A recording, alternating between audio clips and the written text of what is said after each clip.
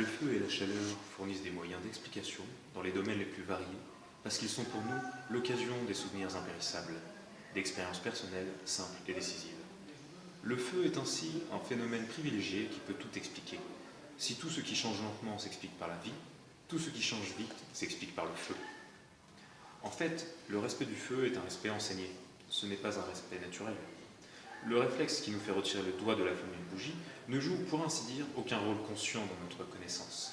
On peut même s'étonner qu'on lui donne tant d'importance dans les livres de psychologie élémentaire, où il s'offre comme le sempiternel de l'intervention d'une sorte de réflexion dans le réflexe. D'une connaissance dans la sensation la plus brutale. En réalité, les interdictions sociales sont les premières. L'expérience naturelle ne vient qu'en second lieu, pour apporter une preuve matérielle inopinée, donc trop obscure, pour fonder une connaissance objective. La brûlure, c'est-à-dire l'inhibition naturelle, en confirmant les interdictions sociales, ne fait que donner, aux yeux de l'enfant, plus de valeur à l'intelligence paternelle. Il y a donc, à la base de la connaissance enfantine du feu, une interférence du naturel et du social, où le social est presque toujours dominant. Peut-être le verra-t-on mieux si l'on compare la piqûre et la brûlure. Elles donnent l'une et l'autre lieu à des réflexes. Pourquoi les pointes ne sont-elles pas, comme le feu, objet de respect et de crainte?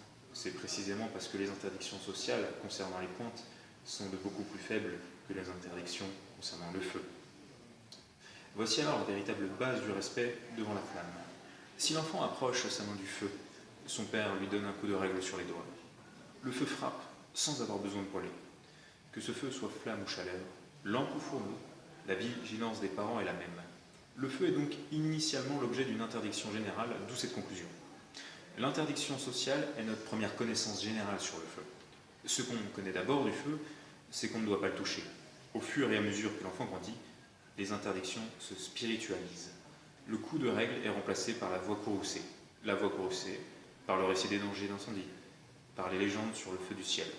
Ainsi, le phénomène naturel est rapidement impliqué dans des connaissances sociales complexes et confuses qui ne laissent guère de place pour la connaissance naïve. Il y a, ou plutôt, nous proposons donc de ranger sous le nom de complexe de Prométhée toutes les tendances qui nous poussent à savoir autant que nos pères, plus que nos pères, autant que nos maîtres, plus que nos maîtres.